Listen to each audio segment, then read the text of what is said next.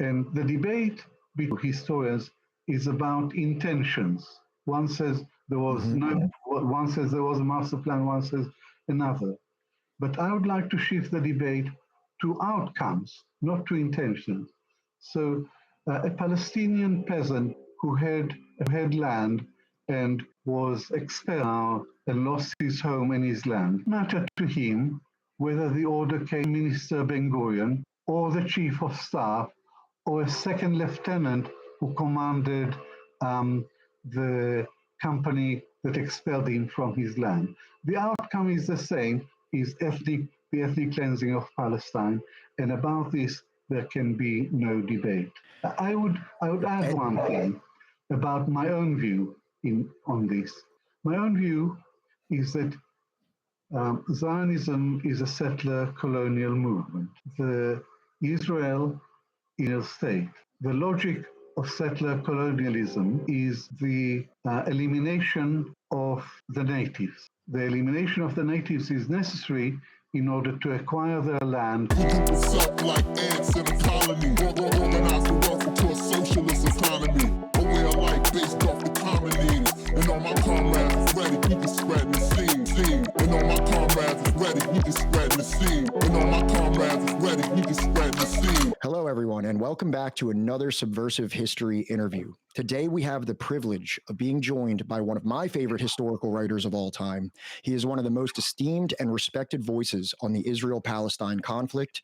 He broke ground with his debut book, Collusion Across the Jordan, King Abdullah, the Zionist Movement, and the Partition of Palestine in 1988, and he has remained an authoritative voice on the subject since, with books such as The Iron Wall, Israel and the Arab World, and the 2023 publishing of Three Worlds, Memoirs of an Arab Jew. Today, we have the distinct pleasure of welcoming to the program Avi Shlaim. Professor Shlaim, thank you so much for joining us today. Thank you. It's a pleasure to be in conversation with you. Thank you. So just for my first question for you, before we get into the specifics of your field of study, I would like to start with a broad question on the topic of history. In your article, New History and the First Arab-Israeli War, you assert that from an educational point of view, the subversive function of history is thus of supreme importance. And today we're having this interview on a platform called Subversive History. In keeping with that namesake, can you elaborate on the subversive function of history and its supreme importance? Yes, indeed. And it's quite an interesting coincidence that your program is called Subversive History, and you found this quote of mine, which emphasizes the importance that I attach to the subversive function of history. The former Soviet leader Nikita Khrushchev once said, "Historians are terrible people, capable of upsetting everything." And I say, may historians long to be terrible people and upsetting everything. What he meant by everything is the official version of events. And that is what historian, any official historian, official version of events. So on most historical issues, there is the received wisdom, there is the conventional wisdom, and the historian's task is not simply to regurgitate or reformulate or find new ways of stating the received wisdom, is to look at the claims made by rival parties and go to the archives, do the research, and discard any notions that do not stand up to scrutiny, however cherished these notions are. And there is one stream of history, one category of history, which is nationalist versions of history. All national movements have rewritten their history, and all nationalist versions of history have a certain number of features in common. They tend to be simplistic, selective, self-serving, and righteous. And to subject these nationalist versions of history to very critical scrutiny in the light of the evidence. The Jewish philosopher Isaiah Berlin once said, Jews are like people, only more so. And by the same token, Zionist historiography is like any other nationalist version of history, only more so. And as you know, most of my work has revolved around Zionist history. And yeah, it was such a interesting moment for me. You know, I came up with the name of this channel maybe 3 or 4 years ago before I was familiar with that quote of yours. And to like, you know, really, you know, go through your work with a more of a fine-tuned comb than I already had in preparation for this interview. And to come across that, I was like, I have to just open with this because it is just so perfect to talk subversive nature of history and what history can be as a tool to kind of subvert the official narrative. And I'm so appreciative for you to be able to contextualize and elaborate on that. With all that being said, just to get a little bit more into the specifics of your your expertise, before we get into those your scholarly experience and the things you've written, your cultural background combined with your outstanding credentials provide you with an extremely unique and valuable perspective on the Israel-Palestine conflict. Before we get into the broader details, can you provide our audience with an introduction and description of your cultural and religious background? I can provide a very brief introduction. I was born in Baghdad in 1945. 5 years old, my family moved to Israel, and I went to school in Israel up to the age of 15. I failed at school.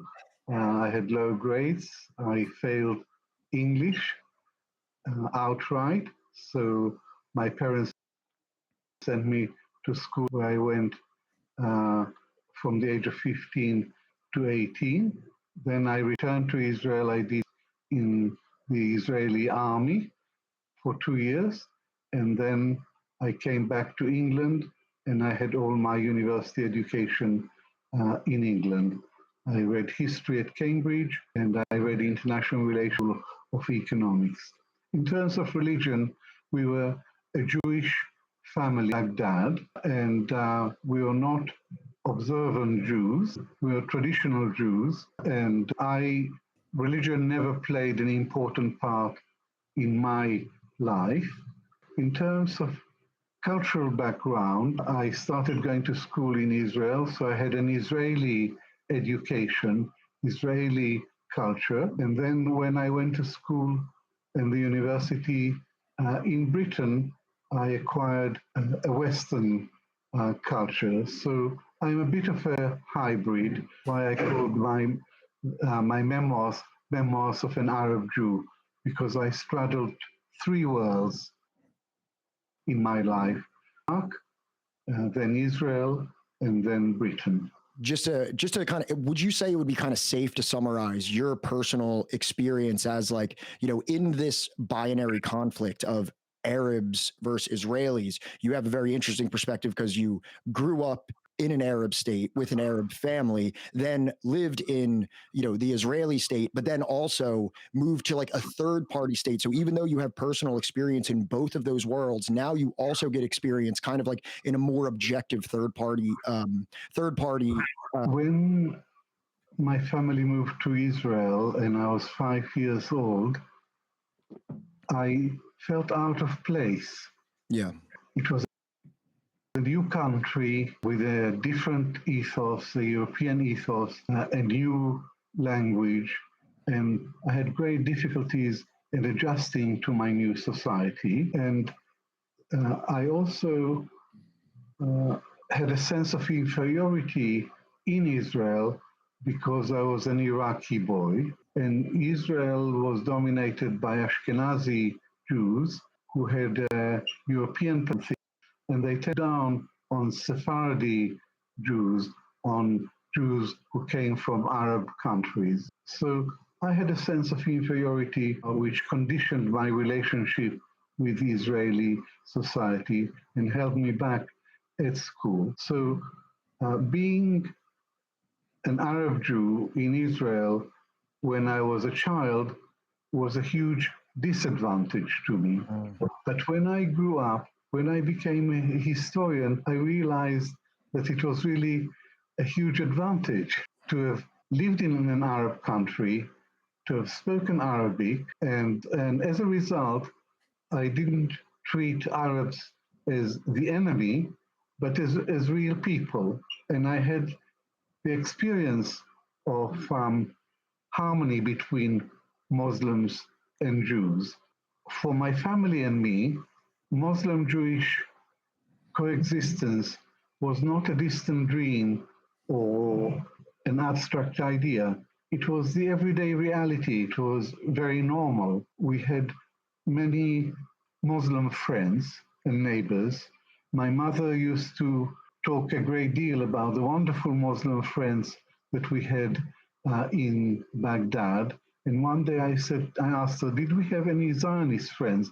And she said, no, Zionism is an Ashkenazi thing. It's nothing to do with us. So later in life, my initial background became an asset. And the fact that both Hebrew and Arabic, I had to learn Arabic later on in life. I hadn't learned Arabic at school. I hadn't started going to school in Iran. So I had to later in life from the Arab-Israeli conflict. But certainly, when I compare myself with some Israel scholars who have no experience and very little knowledge of the Arab world, I think that gives me the advantage of a broader perspective. That answer actually segues perfectly into my next question, because you are among the group known as the Israeli New Historians, or also known as the revisionist historians, who challenge the Orthodox Zionist narrative of the state's formation. Your peers in this group include Ilan Pappé and Benny Morris. While you hold a common title, your views can differ significantly.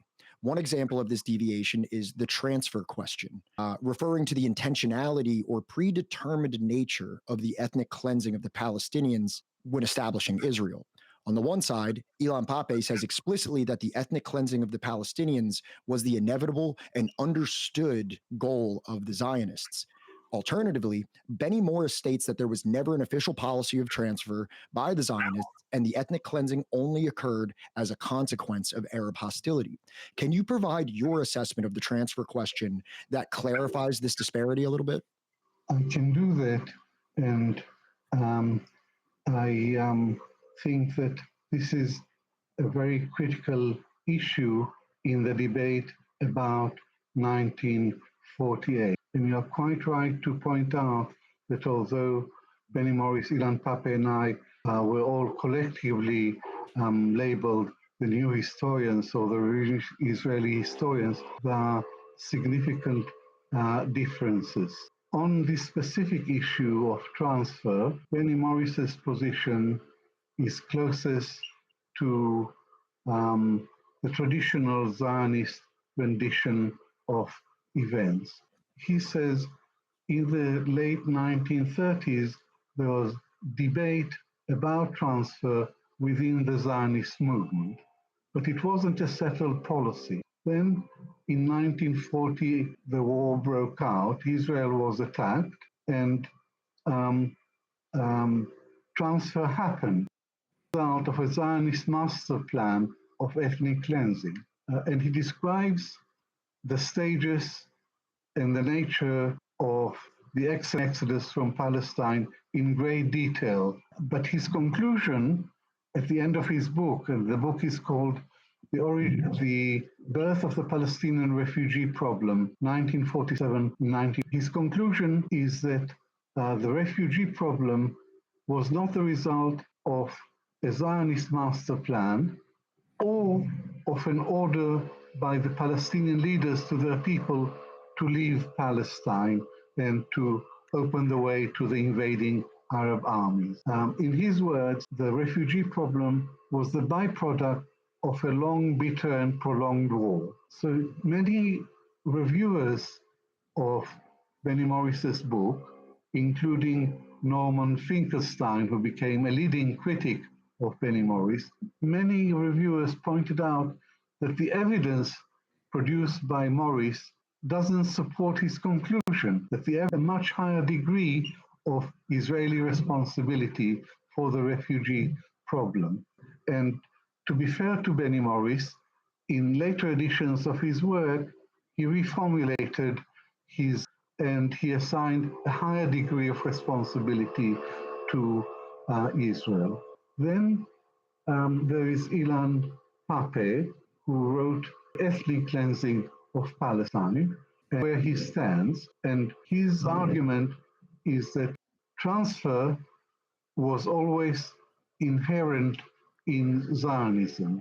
The aim of Zionism was a Jewish state in Palestine, and this couldn't be achieved without a large number of Palestinians.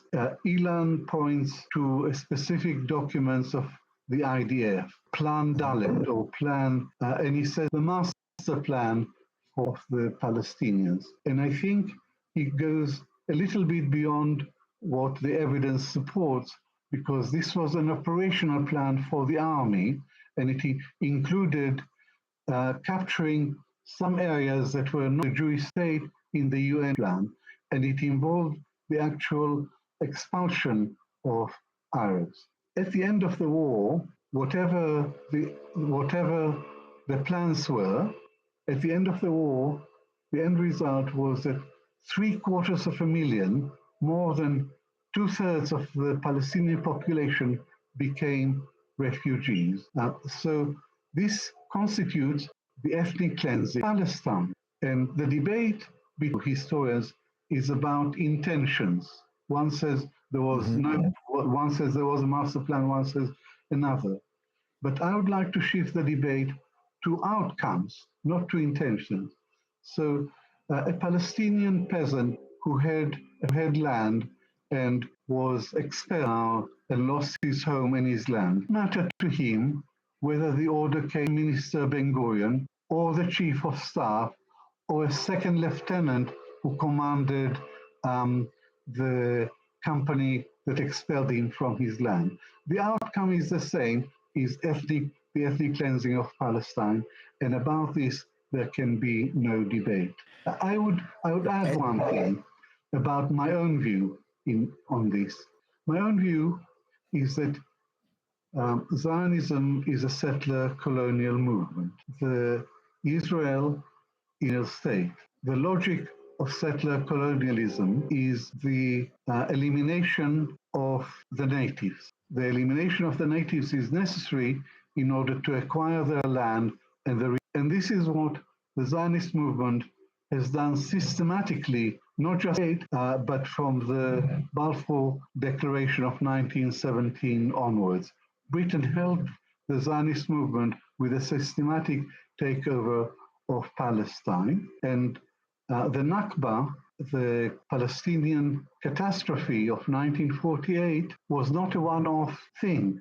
It was a process that has been going on since 1948 and has reached its peak in the Gaza war today, when this is precisely Israel is doing in Gaza. The ethnic cleansing of Gaza, the clearing out, the elimination of the residents of northern Gaza. And so Israel has, in the war in Gaza, has gone beyond cleansing to commit the crime of all crimes, which is genocide. So it's not enough to say Israel is an apartheid state. You have to understand the context for the emergence of Israel. You have to ask why Israel is an apartheid state, and the answer is it's because of settler colonialism. Okay, but just to get back a little bit to the partition plan, which you just brought up, you brought up the UN partition plan of 1947. It is often claimed that during the partition of 1947, the Zionist leaders accepted the plan outright and the Arabs refused it out of hand. While the Arab refusal is without dispute, the subject of Zionist acceptance is somewhat more complex. When reading The Iron Wall, you elaborate on the gradualist approach to the partition partition plan. Can you describe to our audience the motives of the gradualist camp of Zionists, such as David Ben-Gurion? The founding fathers adopted a very gradualist strategy from the beginning. Chaim Weizmann was a consummate diplomat, and he was the one who persuaded the British to issue the Balfour Declaration. The Balfour Declaration spoke about British support for a national home for the Jewish people in Palestine. A national home was a new concept. It doesn't exist in international law. It was deliberately vague because if the Zionists said we want a state in Palestine, that would have alerted and antagonized and alienated the Arabs. But speaking of national home was not so threatening. But the idea was to make a start, to have a national home, and to develop it and to acquire more and more territory. And one landmark was 1937, when the Peel Commission of Inquiry proposed for the first time the partition of Palestine into two states. And the Jewish state was going to be a tiny coastal strip along the Mediterranean, very, very small Jewish state. And there was a debate movement on whether to accept it or reject it. And the leading advocate was Chaim Weizmann. And he said the Jews would be mad to reject the Peel proposal for partition, even if the Jewish state of a tablecloth. C'est le premier pas qui compte. It's that counts. So this is why the Zionist movement, already in 1937, accepted partition. And David Ben-Gurion wrote a letter to his son Amos, and in it he explained in detail the logic of this gradualist strategy. He said, if we have a state, then we have sovereignty. And if we have sovereignty, we can have an army. And if we have an army, we have in a different language, which we cannot use at the moment without an army. So this was the gradualist strategy at every historical juncture to accept what's on offer, to consolidate and to fight for more. And the next landmark was 1947, when the UN proposed the partition of Palestine. The Palestinians rejected it as totally unfair, and the whole Arab world rejected partition and went to war with Israel. But there were doubts within the Zionist movement, the terms of the partition plan, because the Jewish state was going to be three separate enclaves. It wouldn't have been viable. But once again, the gradualist logic prevailed. The Jewish agents accepted formally the partition plan, and the partition plan became a charter of legitimacy for the Jewish state. And in the course of the war, the movement extended its territory from the 55% of mandatory line, which was allocated, to 78% of mandatory. So when the armistice agreements were concluded between Israel and its neighbors in 1949, Israel had 78% of historic Palestine, and the Arabs, the Palestinians, had only 22%. They had the West Bank and the Gaza Strip. So the gradualist strategy helped the Zionist movement. It was a very effective strategy in the conflict with the Arabs. So in keeping kind of with these events around 1948 and the war, I'd like to bring up a quote here, and it's something that I've heard quite a bit while studying this topic, and it's, "The Arabs never miss an opportunity to miss an opportunity for peace," which is a quote from former Prime Minister of Israel, Abba Eban. Since it was uttered by Eban, it has evolved into somewhat of a trope that is often used to portray Arab nations as incorrigibly hostile towards Israel, and Arab intrusion intransigence is frequently evoked as the reason why tensions persist in the region. Your first book is titled Collusion Across the Jordan, and it details a secret agreement between Israel and King Abdullah during the 1948 war. Being that you are an expert on this specific topic, can you speak to the veracity of Ibn's now infamous statement as in regards to King Abdullah and the other Arab leaders in the aftermath of 1948? Abba Eban was a very clever man, and this was a very clever Zionist slogan, but it is simply untrue. And there is one of the issues in debate between the old historians, the traditional Zionist historians, and the new historians is why, at the end of 1948, why, when the guns fell silent, the political conflict persisted for at least another 3 decades until Anwar Sadat's visit Jerusalem. And the traditional Zionist answer to this question can be summed up in 2 words: Arab intransigence. And my fellow new historians and I examined the record, and we found it to be not to support the Zionist version. This issue was of particular interest to me, and because I had written the book that you mentioned, King Abdullah's Zionist Movement and the Partition of Palestine, and I saw that throughout, as ruler of Jordan, King Abdullah had a dialogue, continuous dialogue with the Zionist movement, and that he wanted to reach an accommodation. The war broke out in 1948 against his will, and immediately after the end of hostilities, he renewed the dialogue with the leaders of the new state of Israel. So the Israeli claim that after the war, Israel's leaders strove for peace with the Arabs with all their heart and all their minds, talk to on the Arab side is plainly not true, because the negotiations with Abdullah continued towards a peace agreement, a full peace agreement, until he was assassinated by a Palestinian nationalist in 1951.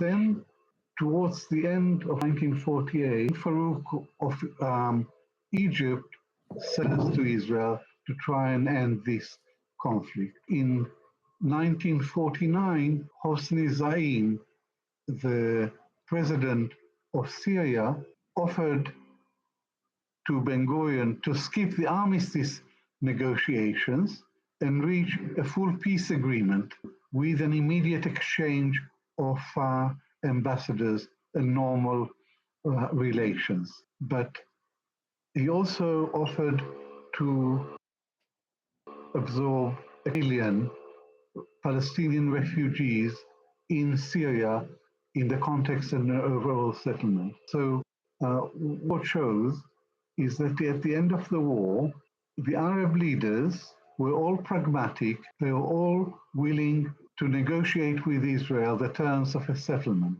They all had their demands. They all had territorial demands, and the other demand was the return of the Palestinian refugees. But Israel was not prepared to make peace which involved any concessions, either territorial or return of the refugees. Israel was only prepared to make peace on the basis of the status quo, and there was nothing in it for any Arab leader to.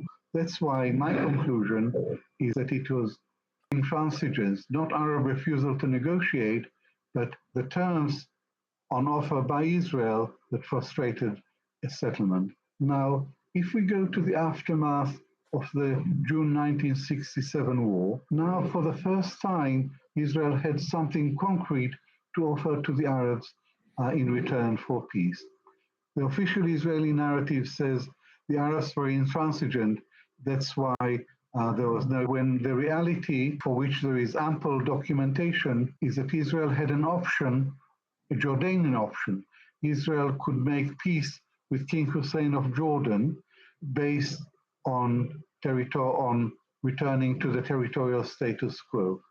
And King Hussein offered Israel full peace and normalization in return for full withdrawal. But Israel spurned this offer, and Israel also had a Palestinian option for peace after 1967. The Palestinian leaders on the West Bank approached Israel and said they didn't want to return to Jordanian rule. They wanted to have a small autonomous Palestinian state in Gaza and the West Bank and at peace with Israel. Once again, Israel spurned this Palestinian option because since 1967, Israel had a choice of it could have land or peace, and it preferred land over peace. Perhaps your most acclaimed book is titled The Iron Wall, which references the revisionist Zionist Zeev Jabotinsky's 1923 article by the same name.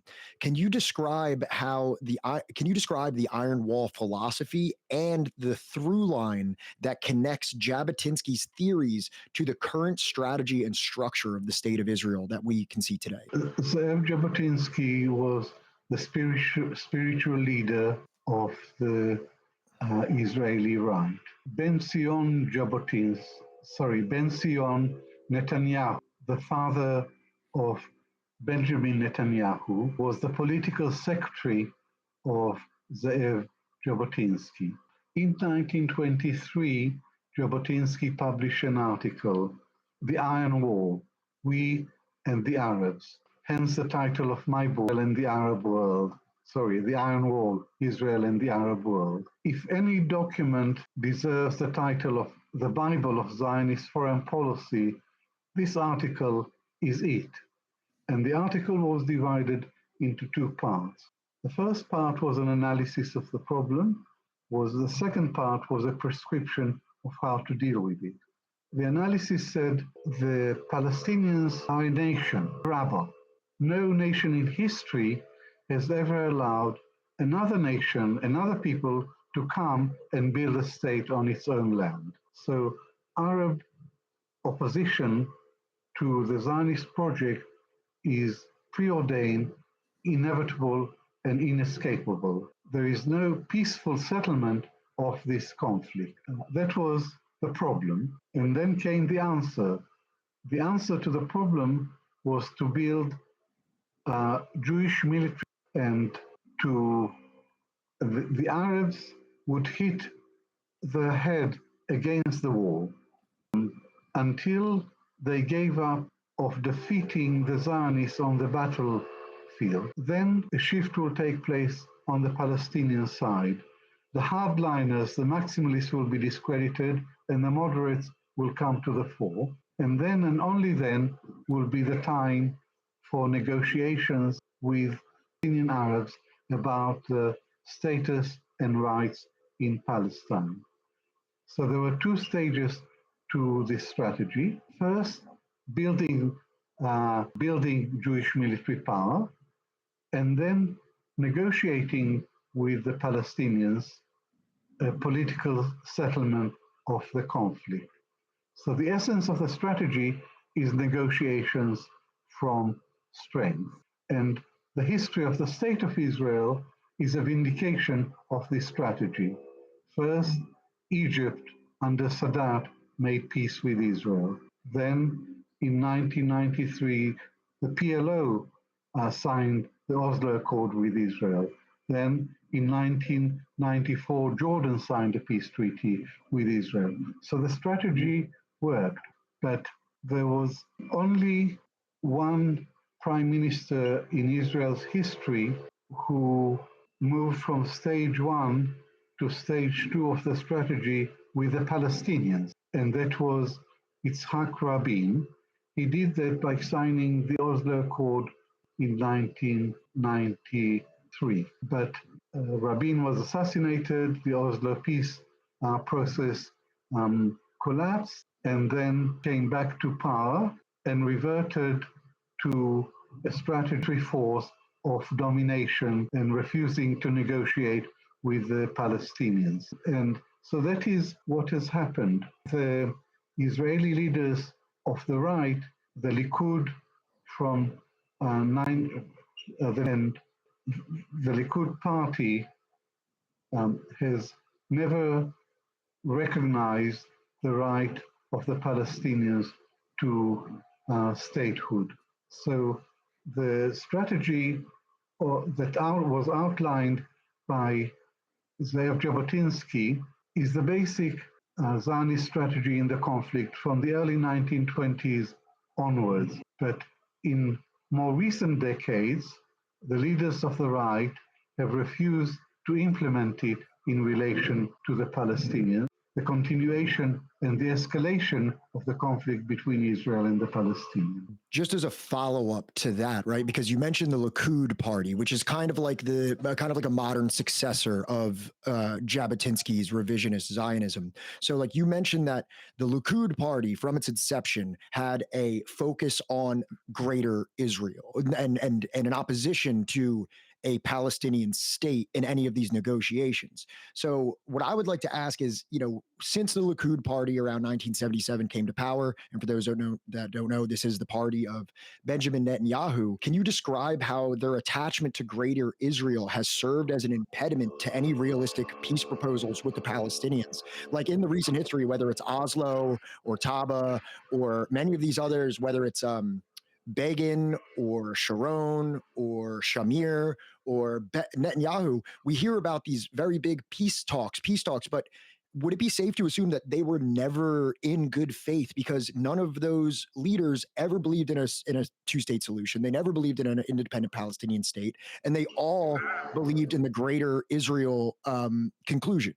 Of all the Likud leaders that you mentioned, only Benjamin Netanyahu spoke about about a Palestine-side Israel, and he only mentioned that once in a speech he made at Bar-Ilan University in 2009, and he made that speech for America, and he accepted what he envisaged was a demilitarized Palestinian state on all sorts of restrictive conditions. But even Netanyahu has gone back on that speech and has outrightly rejected any Palestinian state, and that is his entrenched position at the moment. The Likud party, in its electoral manifestos, had never accepted a two-state solution. When the Likud first came to power under Menachem Begin in 1977, and Begin was asked about the future of the occupied territories, and he said, Judea and Samaria are not occupied territories.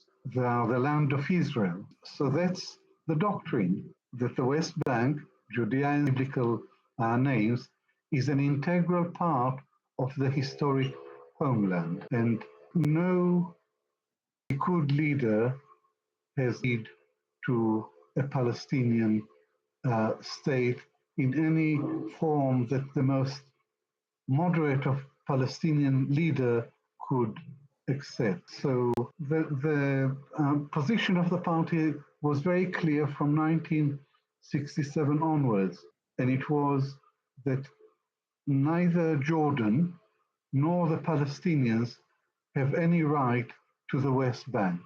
Israel alone is the rightful owner, and this was actually enshrined in a law, a basic law, the nation-state law of July 2018, which said the Jews have a unique right to self-determination state of Israel. This view makes Israel a tight state because it creates two categories of citizens, Jews who have superior rights, a unique right to self-determination within the state of Israel, and Arabs who are second-class citizens. But the current government headed by Netanyahu is more extreme. Its policy guidelines say Jews have an exclusive right to self-determination in the whole land of Israel. So the claim to Jewish sovereignty now isn't confined to the state of Israel, within its original borders, the claim to Jewish sovereignty extends to the whole of the land of Israel, including the West Bank. So, extreme position of the Likud, and this is the position that made the conflict inevitable and led to the escalation of the conflict and to all the wars that have happened since then. So obviously, a major factor of everything that you're discussing now is settlements, the continued settlement process that we see occurring throughout the West Bank. Settlements and the Israeli state's permissive attitude toward them seem to be a consistent obstacle in the peace process. In 1994, a fanatic settler who was born actually in America but then was living in Israel massacred 29 Palestinian civilians in Hebron. Surrounding this event, you describe monumental incompetence and systematic failure to enforce the law against armed Jewish settlers on the part of the Israeli security forces. You go on to say Israeli settlers had the army, the police, and the border police to protect them, as well as being heavily armed themselves. Can you describe how Israel's attitude of either indifference or encouragement to illegal settler expansion and violence still persists today in the West Bank? Because you wrote this about a situation that happened in 1994, and when I read your perspective on it, it sounded like something out of 2024. It doesn't sound like much has changed in 30 years. In the aftermath of the Israeli victory in June 1967, immediately after the end of the war, the Labour government building settlements on the West Bank. And these settlements have been expanding ever since, both under Labour governments and under Likud governments, are a national phenomenon rather than the result of a policy of one party. And clearly, they are the main obstacle to peace, because UN Resolution 242 is a package deal. It offers Israel peace and security with all its neighbors in return for land.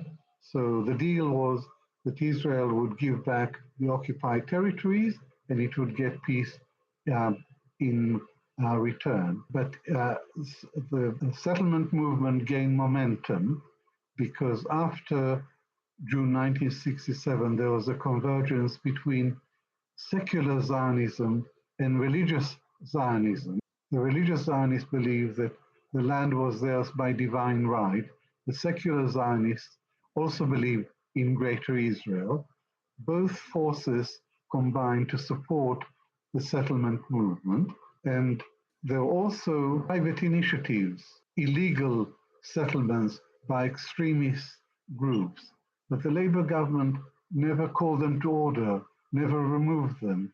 It put up with them, and the result was that you had a settler movement that grew in size and in strength and in political power and no Israeli government has ever tried to restrain them.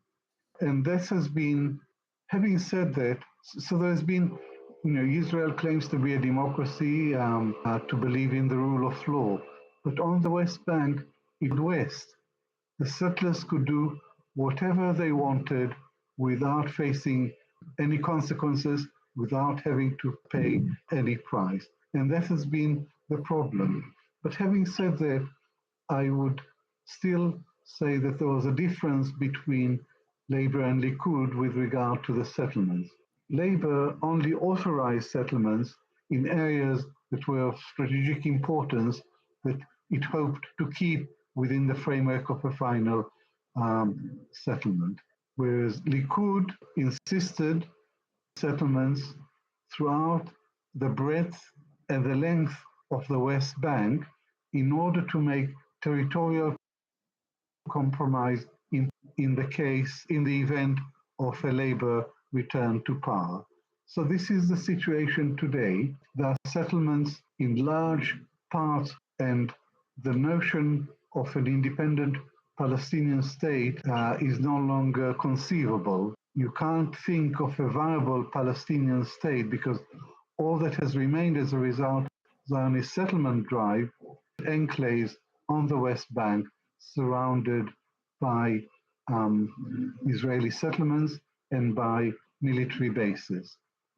In short, it's Israel which has killed the two-state solution by expanding settlements over the West Bank. So for my next question, you've kind of already answered this. You actually answered this earlier in the interview, but I still think it deserves to be expounded upon a little bit because in your memoir, you state, for all its sins, Israel has not engaged in genocide. This text that you published was released in June of 2023. Now, obviously, a whole lot has transpired since June 2023 and today when we're having this conversation. What I was going to ask is, given the events of the past year, has your perspective changed on this? But you've already kind of mentioned that, so I guess I would change that question to, what has changed your perspective on this topic? This is a very good question. I've forgotten that I had written in my book, until a reader wrote to me and said, "This is what you said in your book. Do you still believe that?" And my reply is no. I no longer believe that Israel is not guilty of genocide. Or rather, when I wrote what I wrote, that was the situation at the time. But things have changed following the 7th October, the Hamas attack on Israel. And I've been following closely Israel's policy towards Gaza since the unilateral disengagement from Gaza in 2005.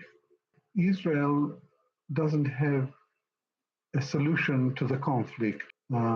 It only uses military force. And Israeli generals talk about mowing the lawn, as moving back into Gaza with by land, air, and sea, destroying a lot of the civilian infrastructure, degrading the military capability of Hamas, and then withdrawing. The first serious Israeli military offensive in Gaza was in December 2008, Operation Cast Lead. By my count, the current war is the 8th Israeli in Gaza, and I have followed all of them and I've written about them. But the current military offensive is different in nature. Until now, the aim was the containment Gaza, to allow Hamas to rule Gaza, but to keep the population of Gaza locked up within this prison, the biggest open-air prison in the world.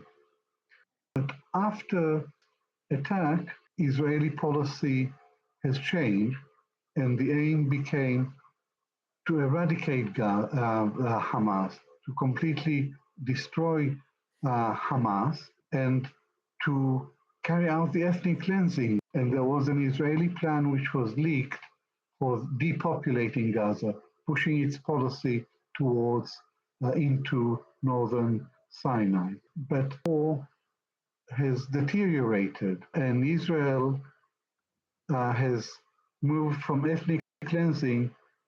The number of dead is over 43,000. It's a huge people, and there's been indiscriminate Israeli attacks on civilians. Israel has destroyed 70% in the military infrastructure or the civilian infrastructure in Gaza. Israel has deliberately made Gaza uninhabitable. And now the aim is to completely evacuate the whole of northern Gaza and for Israel to take over permanently the north of Gaza. So we are back to settler colonialism, the elimination of the native, the taking over of the land and the resources. But there is a new element, and that is genocide. To use the word genocide, genocide is a big word. But what clinched it for me was the Israeli obstruction of humanitarian aid from reaching the civilian population. This is using starvation as a weapon of war. That is genocide. And I'm not alone in holding this view. Many Israeli experts on the Holocaust and on genocide said this is a classic example of genocide. And here is the historic irony or the historic tragedy that the Jews were the defenseless victims of Nazi Germany. And today, it's the Palestinians in Gaza who are the defenseless victims of the Israeli state and the Israeli army. One thing that I want to point out, just for me, just something that I'd like to say to you and to the audience, is I'd really like to just comment on your humility in, like, in your written works and your ability to kind of change positions. Because when I wrote this question, I thought about your kind of somewhat public debate with Edward Said, the great Palestinian American intellectual, where you had somewhat of a debate about the two-state solution versus the one-state solution. And later in life, you came to the conclusion that actually Edward Said was right the whole time, and I was actually mistaken on the two-state solution. And then to hear you, you wrote something about a year ago, and to be able to say, you know what, I am able to revise my position on that. I think that that's a really respectable mark of a historian that can display that kind of humility. But just as a follow-up to the genocide question, this is actually something I'd love to get your opinion on, because it just happened today. The ICC, the International Criminal Court, has officially issued warrants for Benjamin Netanyahu and Yoav Galan. So also for some Hamas members as well. But obviously the biggest question here was, on the international stage, is Israel committing war crimes? Are these crimes against humanity? The ICC has now officially issued these warrants. Can you just give me your brief perspective on these warrants now being official? This is huge. This is such an earth-shattering development. The decision of the ICC to issue arrest warrants for Netanyahu and for his because the chief prosecutor of the ICC, Karim Khan, applied 6 months ago for arrest warrant, and the pre-trial chamber was unable or took its time to reach a decision. Today, it's reached that historic decision, and now Netanyahu is a war criminal, or potentially a war criminal, and he's the head of the state of Israel. So the Jewish state is being accused of war crimes by the ICC, and this is such significant development in the conflict. The evidence is overwhelming. In Gaza, Israel has been committing war crimes on a daily basis. The forcible displacements of civilians is a war crime. So Israel has been doing that every day. Starvation of civilians is a war crime.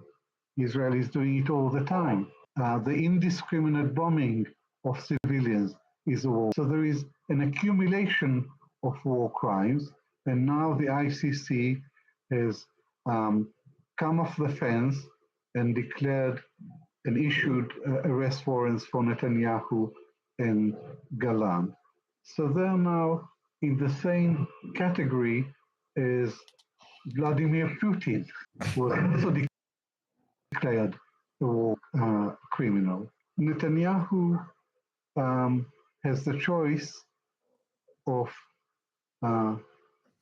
fighting this charge in the ICC, having lawyers to defend himself against the charge, or he can refuse to accept the jurisdiction of the court. And the ICC said that they don't need his acceptance of the jurisdiction. They have the power. They have called him a war criminal. So he can refuse to appear there, in which case he becomes a fugitive from justice. 124 countries are members of the ICC. So in 124 countries in the world that he goes to, it'd be possible to arrest him, and I hope he will be arrested. The irony is that Netanyahu is now on trial at home on serious corruption charges. He's on trial. He faces trial on charges of accepting bribes, breach of faith, and another charge.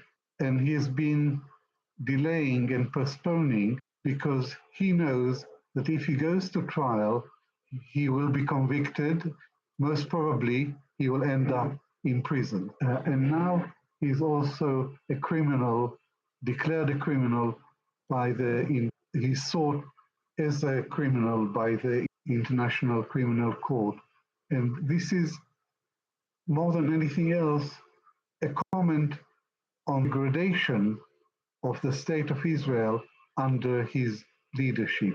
It's not just he as the individual in the dock, it's the whole of Israeli society as it has evolved under his leadership, particularly in the last year of in Gaza. But I'd like to make one last comment, and that is that Israel is guilty of very serious war crimes, including genocide. The Western powers, particularly America and Britain, in my view, not just complicit in Israel's war crimes, they are active partners, active participant in Israel's war crimes. And because the Western powers have given Israel a free pass, because they've not called it to account, they've brought into disrepute the whole of the international rule-based order. So the decision there to issue arrest warrants is of great significance, not just for Israel, not just for the Western supporters of Israel, but for international order in general. That perfectly segues into my next question. You bring up the Western powers, you bring up the United States of America and their involvement in this conflict. Today is November 21st, and just about 2 weeks ago, Donald Trump was elected president of the United States. As the primary enabler and financier of Israel's genocide in Gaza, this election has major implications for the Palestinian and Lebanese people. Can you provide your analysis of how the upcoming Trump president affects the conflict? There is a special relationship between America and Israel, and America gives Israel money, arms, and advice on what to do with the Palestinians. And Israel takes the money, takes the arms, and rejects the advice to settle the conflict with the Palestinians. The problem with American support for Israel is that it is unconditional. So Israel doesn't have to pay any price for defying America. And we saw this in the war in Gaza. Israel gets from America $3.8 billion in military aid every year. But Biden has provided Israel with an additional $17 billion of military aid. So in the last year, Israel has received $20 billion in military aid from America. And America pick up the phone and say, you have 48 hours or I'm cutting off military aid. No American president has ever. So it's because of the unconditional nature of America for Israel that Israel gets away literally and now literally with genocide. So Biden is bad enough. Biden has described himself as a Zionist. Biden has one of the strongest records of support for Israel. He was vice president under Obama for 8 years, and he consistently opposed attaching any conditions to American aid. So American aid under him as vice president and president isn't conditional on Israel respecting Palestinian human rights or respecting international law. It's unconditional. Now, Trump is not an unknown quantity, and Trump had a term as president, and we know what his views are. It's unconditional support for Israel. Trump only understands for Trump, in his simplistic world view, the Israelis are winners and the Palestinians are losers. President Trump cut off all American financial aid to UNRWA, the UN agency that looks after Palestinian refugees. When Trump was president, he moved the American embassy from Tel Aviv to Jerusalem, and he recognized Jerusalem as Israel's capital.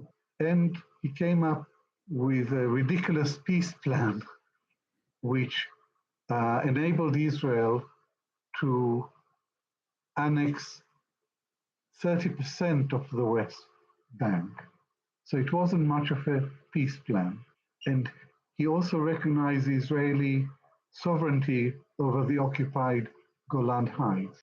So this gives us a very clear idea of what Trump is likely to do as president. He doesn't believe in a Palestinian state, and he doesn't think the Palestinians have any rights. He's already said that Jerusalem is already settled, so it's not an issue for negotiations. The Palestinians have refugees. They are not really refugees. Only the survivors from now are refugees. So there isn't a Jerusalem issue. There isn't a right of return. And that's likely to be, when he takes over as president, he is likely to continue with this one-sided policy of support for Israel. But there is one area in which he's unpredictable, and that is Iran. For the last 2 decades, has been trying to instigate a war and to drag America into a regional war so that America would destroy the Iranian nuclear facilities. That's been his aim, but he has failed to achieve it. This is what he's doing now by extending the conflict to Lebanon and the war against Iran's ally, Hezbollah. And I think that Iran is concerned, we don't know what as far as the future of the conflict between Israel and Iran is concerned, I cannot predict what Trump is going to do. To close this interview, I would like to quote your 2013 epilogue of The Iron Wall. And I apologize for my lack of brevity because I think you deserve to be quoted at length, as your words have become somewhat prophetic. You state that the trouble with unilateral action is that it holds out no hope of real or lasting peace because of its denial of justice to the other party. On the contrary, it is a recipe for never-ending strife, violence, and bloodshed. In short, for permanent conflict. Since 1967, Israel has tried every conceivable method of ending the conflict with the Palestinians, except the obvious one, ending the occupation. The occupation has inflicted indescribable suffering on the Palestinians, but it has also a corrosive effect on Israel itself, turning it into a brutal colonial power, curtailing civil liberties at home, and eroding the foundations of its democracy. Military occupation has inescapable consequences. It brutalizes and dehumanizes the colonizer, it embitters the colonized, and it breeds racism. You continue by quoting Albert Einstein, who stated, "Only direct cooperation with the Arabs can create a safe and dignified life." What saddens me is less the fact that the Jews are not smart enough to understand this, but rather that they are not just enough to want it. And you conclude by reflecting, "This is essentially how I feel today, after 40 years of research and reflections on the tragic and seemingly irreconcilable conflict between Israel and its Arab neighbors." My question to you, Professor Shlaim, is today, 11 years after penning these words, considering the events that we have seen transpire over the last 13 months, has your perspective been vindicated? Not only has my perspective been vindicated, but the consequences of reliance on military force have been magnified, because the conflict between Israel and the Palestinians is a political conflict to which there can only be solution, whereas Israel denies a political horizon entirely on brute military force to suppress the Palestinians, to keep them down. And there is an Israeli saying that if force does not work, use more force. This doesn't make any sense at all, because if force doesn't work, it's because it's the wrong instrument to deal with this particular issue. So no matter destruction and carnage Israel causes in Gaza, it doesn't matter how much more force Israel uses on the West Bank to resolve the conflict. The Palestinians are not going to go away. That's one point. The other point, which I made in my summing up, is the consequences of the occupation for Israel itself. Professor Yeshayahu Leibovich predicted soon after the end of the Six-Day War that if Israel remained in occupation, it would acquire all the aspects, all the characteristics of a police state, with all of that for education, for freedom of speech, and for everything else. And now we are seeing how his prophecy has come true. We are seeing that Israel has become really extreme and vicious in its treatment of the Palestinians. And we are seeing that the real extremists in the present government, like Ben Gvir and Smotrich, who are setting the tone. And these are Jewish fascists. These are racists, self-proclaimed racists, who think that the Palestinians have no right at all whatsoever on the West Bank and Gaza, and they should just go away or live under an Israeli apartheid state. So the occupation has had the most awful consequences for the Palestinians ever since 1967, and never more so than in the last year. But it's also had the consequence of undermining the foundations, eroding the foundations of Israeli society, and turning what was once a democratic state into a state that is extremist and is acquiring more and more characteristics of a fascist state. What we are in front of our eyes, holding in front of our eyes, is a shift towards fascism in Israeli society. And that is an extremely sad way for Israel. It's extremely sad that we have come to this pass.